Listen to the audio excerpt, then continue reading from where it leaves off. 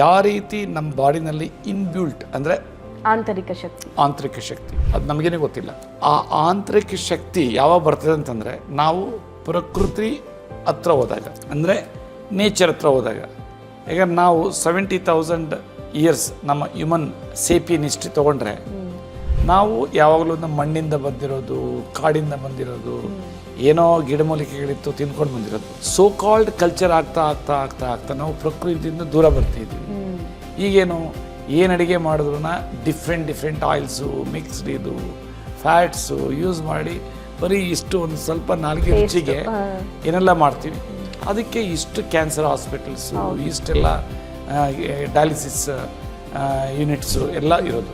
ಆದ್ದರಿಂದ first foremost important ನಾನು ಹೇಳೋದಂದರೆ ಪ್ರಕೃತಿ ಹತ್ರ ಇರಬೇಕು. ಹೆಚ್ಚಾಗಿ ಬೇಯಿಸದೇ ಇರೋ ಆಹಾರನ ತಿನ್ನೋದು ಕಲಿಬೇಕು. ಅಂದರೆ ಸಲಾಡು, ಡ್ರೈ ಫ್ರೂಟ್ಸು, ಕೊಬ್ಬರಿ. ಎಲ್ಲರೂ ಡ್ರೈ ಫ್ರೂಟ್ಸ್ ಅಂದರೆ ಕೊಲೆಸ್ಟ್ರಾಲ್ ಬರ್ತದೆ, ಕೊಬ್ಬರಿ ಅವೆಲ್ಲ ಸುಳ್ಳು.